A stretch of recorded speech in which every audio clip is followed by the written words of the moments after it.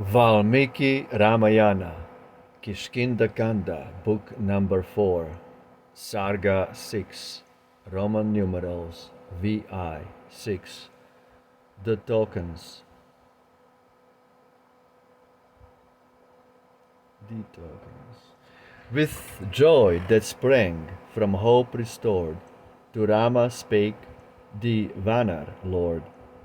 I know by wise Hanuman taught, why thou the lonely wood hast sought, where with thy brother Lakshman thou hast sojourned, bound by hermit vow.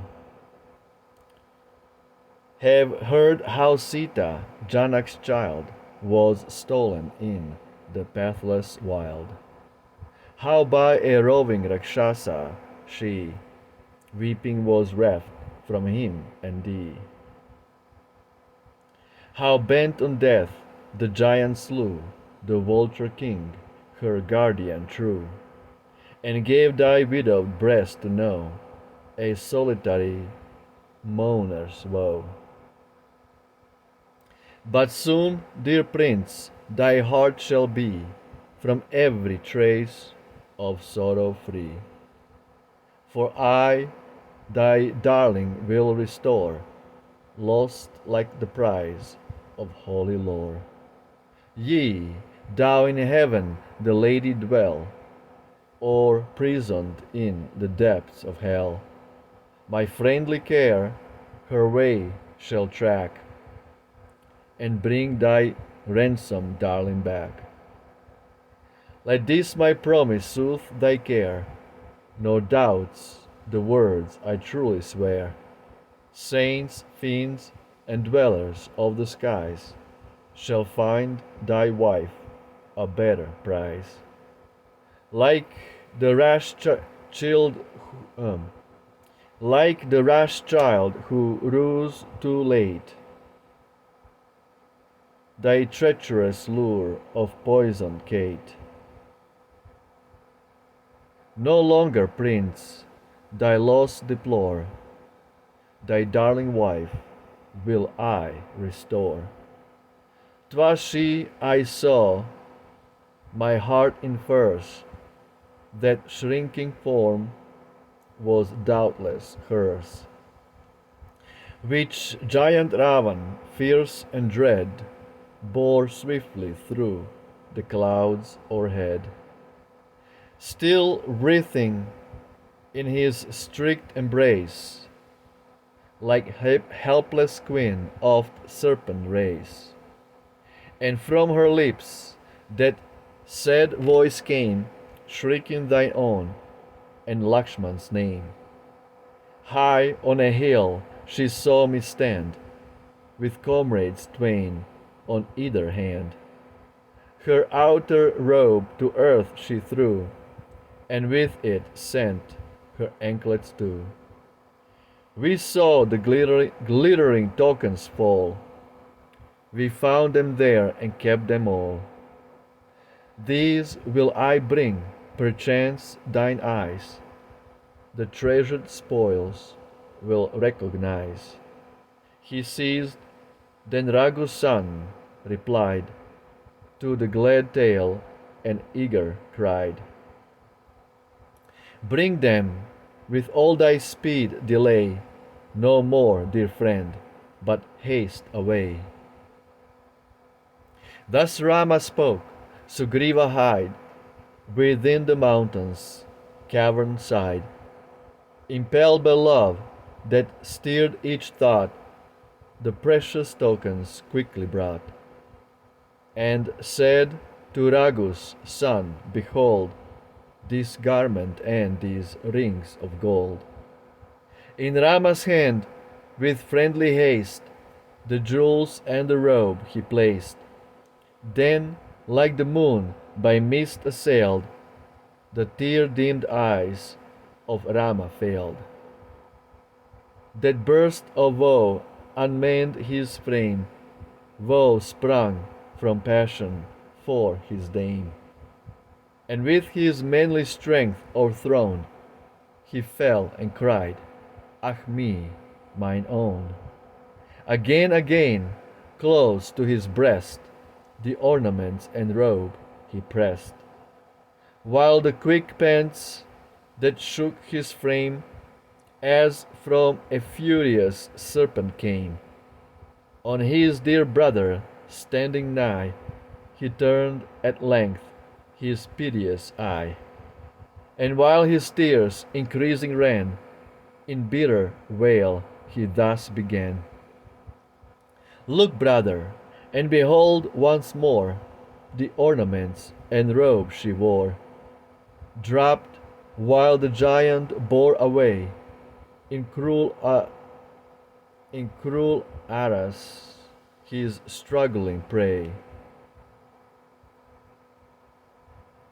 Dropped in some quiet spot, I ween, where the young grass was soft and green. For still untouched by spot or stain, their former beauty all retain." He spoke with many a tear and sigh, and thus his brother made reply: "The bracelets thou hast fondly shown, and earrings are to me unknown. But by long service thought I greet the anklets of her honor feet." Then to Sugriva Rama, best of Raghu's sons, these words addressed: "Say to what quarter of the sky the cruel fiend was seen to fly, bearing afar my captured wife, my darling dearer than my life. Speak, Vanar king, that I may know where dwells the cause of all my woe."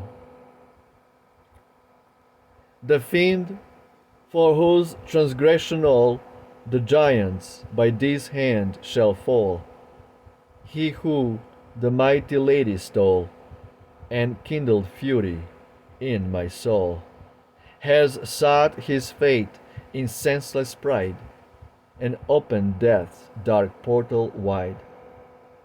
Then tell me, Vanar,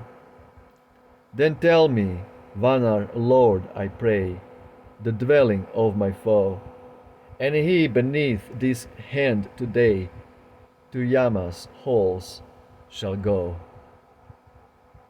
Absolutely beautiful. Footnotes: 329 1b, Bali the king de facto. 329 2b, with the Indian, as with the ancient Greeks, the throbbing of the right eye in a man is an auspicious sign, and throbbing of the left eye is the opposite. In a woman, the signs are reversed. On the alliance between Rama and the monkeys, see additional notes. 331. The Vedas stolen by the demons Madhu and Kaitaba. The text has Sanskrit text which signifies literally the lost Vedic tradition. It seems that illusion is here made to the Vedas submerged in the depth of the sea, but promptly recovered by Vishnu's in one of his incarnations, as the Brahminic legend relates, with which the orthodoxy of the Brahmanas intended perhaps to allude to the prompt restoration and uninterrupted continuity of the ancient Vedic tradition. Goresio. 332.